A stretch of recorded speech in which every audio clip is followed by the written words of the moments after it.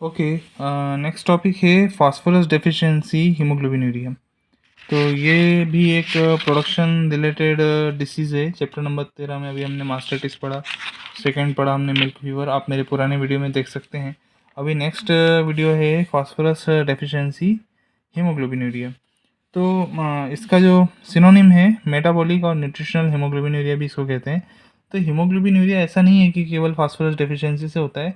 Haemoglobinuria और भी other diseases से भी होता है, जैसे कि बबेसियोसिस वगैरह है, जिससे हम लोग कॉमनली कंफ्यूज होते हैं फील्ड में कि ये बबेसियोसिस है या फिर फास्फोरस डेफिशिएंसी है।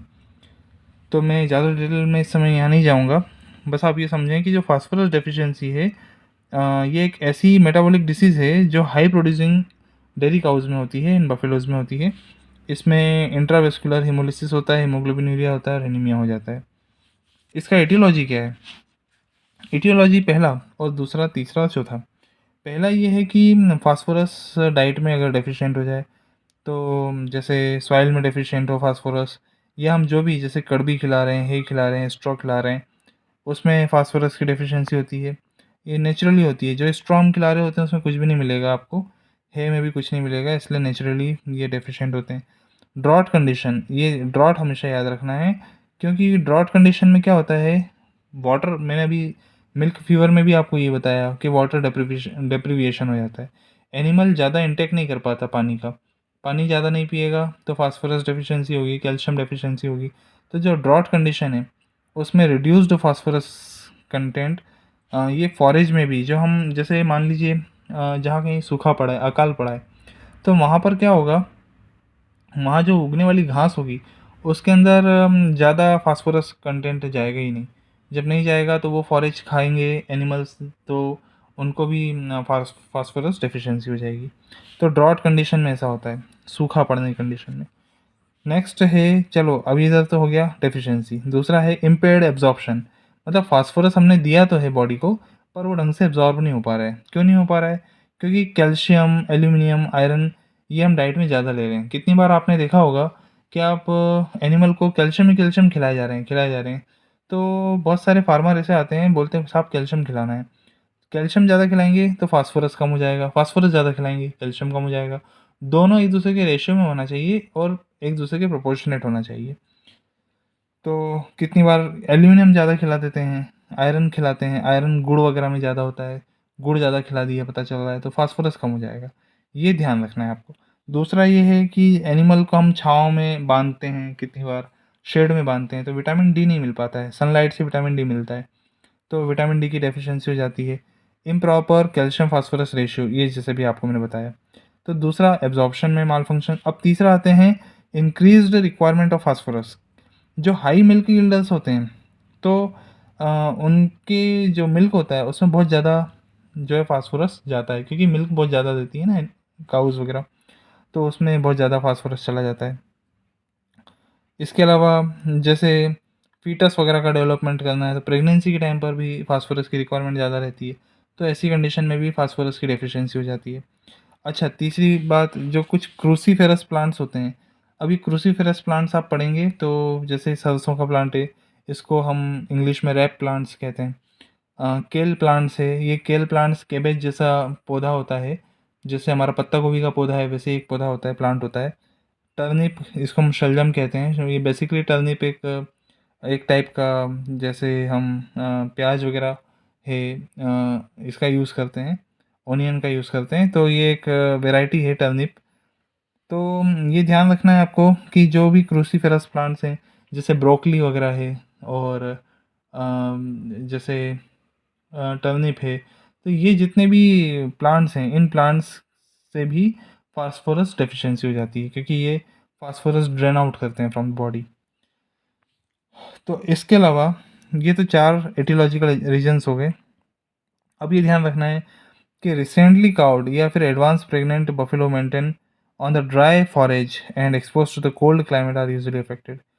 तो आप समझ लें कि जब हम उसको केवल सूखा चारा खिलाते रहेंगे एनिमल को, और कुछ देंगे ही नहीं, और इसके अलावा हम कोल्ड क्लाइमेट में रखें तो पानी भी पीने में नहीं आएगा, तो ऐसी कंडीशन में जब सूखा चारा मिलेगा और पानी नहीं मिलेगा, या फिर कोल्ड शॉक लगेगा एनिमल को, या जब कोल्ड क्लाइमेट रहता है तब कोल्ड स्ट्रेस में रहता है एनिमल और पानी नहीं पीता, उस कंडीशन में फास्फोरस डाउन हो जाता है। अब एपिडेमियोलॉजी मतलब ये कहाँ कब कैसे मिलेगा। अब जैसे महाराष्ट्र, हरियाणा, पंजाब, गुजरात, उत्तर प्रदेश में ज़्यादा मिलता है। अब ये स्टेट्स क्यों लिए, क्योंकि यहाँ पर सबसे ज़्यादा ठंड रहती है।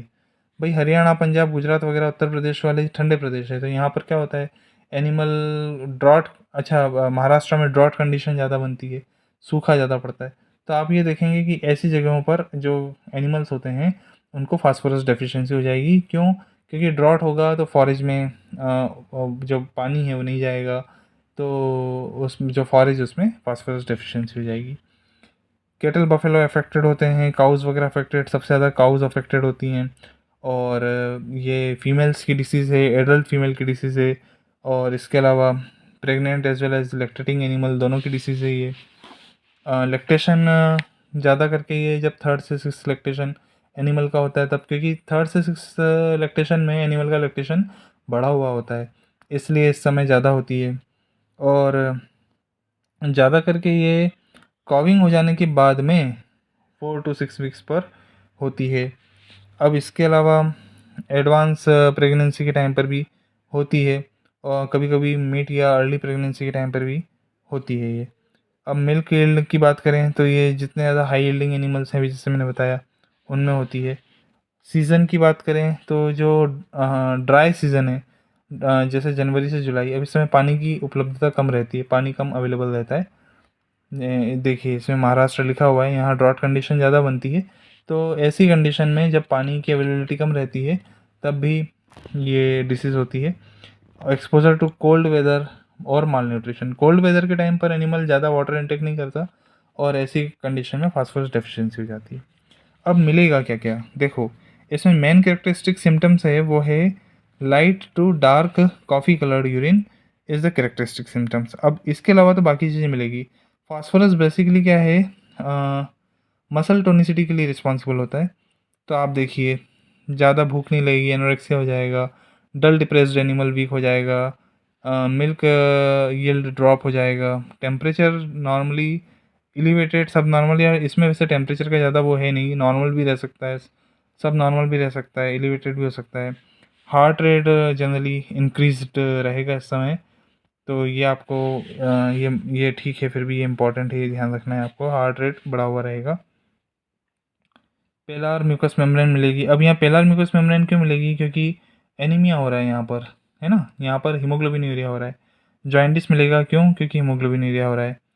अब passage of pasty faeces with straining, animal straining करते हुए पेस्टी फीसिस निकालेगा।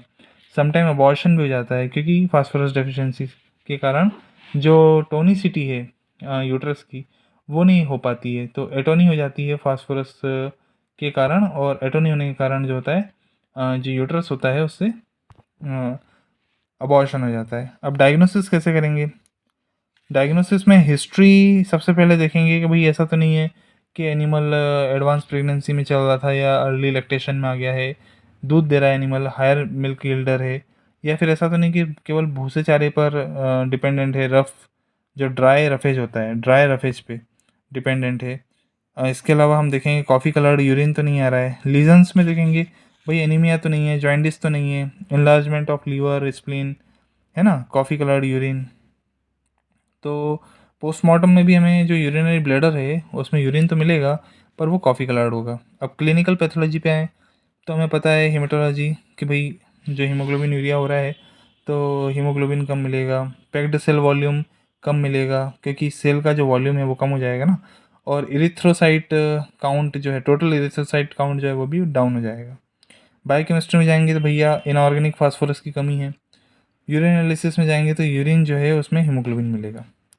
अब रिस्पॉन्स टू फास्फोरस ट्रीटमेंट, इसमें हम अगर फास्फोरस देंगे तो एनिमल रिस्पॉन्ड करेगा। अब जो ट्रीटमेंट की बात करें तो देखिए सोडियम एसिड फॉस्फेट देना है, 80 ग्राम्स IV देना है एज ए 20% सॉल्यूशन। तो 80 ग्राम्स मतलब ये हो गया कि 80 ग्राम्स का जो है इसका हम पूरा सॉल्यूशन बनाएंगे और ये 20% सॉल्यूशन रहेगा, यानी कि 100 ml में इसका 20 ग्राम, तो 100 ml में 20 ग्राम, ओके। तो 80 ग्राम देने के लिए लगभग 400 ml के आसपास हम सॉल्यूशन बनाएंगे और इस 400 ml को हम 5 लीटर डेक्सट्रोज में मिला करके देंगे फॉर 2 to 4 वीक्स। अगर ये इतना झंझट नहीं करना है तो आप सीधा टोनोफॉस्फेन दे दो 30 ml IV for 2 to 4 days, है ना। इसके अलावा एस्कॉर्बिक एसिड देते हैं। एस्कॉर्बिक एसिड आप सोचेंगे भैया यहाँ एस्कॉर्बिक एसिड क्यों दे रहे हैं। Ascorbic acid basically vitamin C होता है। अब एस्कॉर्बिक एसिड जो होता है वो देने से जो इंट्राविनस हिमोलिसिस हो रहा है, तो जो वेंस होती हैं उसकी एंडोथेलियल जो सरफेस होती है उसको वापस से उसकी इंटीग्रिटी मेंटेन करने के लिए एस्कॉर्बिक एसिड ज़रूरी होता है। तो ये 15 to 20 मिलीग्राम पर kg IV देंगे फॉर 2 to 4 डेज, ठीक है। अब इसके अलावा सपोर्टिव थेरेपी देंगे। क्यों देंगे भैया, देखो डेक्सट्रोज देना पड़ेगा इसमें क्योंकि ये एनिमल का है, डल डिप्रेस्ड हो गया है। लीवर एक्सट्रैक्ट देना पड़ेगा क्योंकि जॉइंडिस हो रहा है। 5 ml इंट्रामस्कुलर देंगे फॉर 5 to 7 डेज। इम्फेरॉन देंगे क्योंकि आयरन डेफिशिएंसी हो गई है इसमें, तो लगभग 5 मिलीग्राम इंट्रामस्कुलर देंगे daily for 5 to 7 days. हेमेटिनिक mixture भी दे सकते हैं, ये आयरन फेरस सल्फेट का 5 ग्राम, कॉपर सल्फेट 0.2 ग्राम और कोबाल्ट सल्फेट जो होता है 0.1 ग्राम दे सकते हैं गुड़ के साथ में। तो ये हमें देने से क्या होता है, जो अभी तक एनीमिया हुआ है उसकी पूर्ति हो जाएगी। ब्लड ट्रांसफ्यूजन सीवियर केस में कर सकते हैं। मिनरल मिक्सचर में चूंकि फास्फोरस होता है इसलिए 25 to 50 ग्राम्स हम सपोर्टिव थेरेपी में दे सकते हैं। कंट्रोल करने के लिए क्या है, regular provision of mineral mixture हमें देते रहना चाहिए। मिनरल मिक्सचर कोई बंद नहीं करना चाहिए क्योंकि वो मेंटेनेंस और प्रोडक्शन के लिए ज़रूरी होता है। दूसरा, protect the recently cowed and advance pregnant animals from cold stress से एनिमल को बचाना चाहिए, ठीक है। ओके।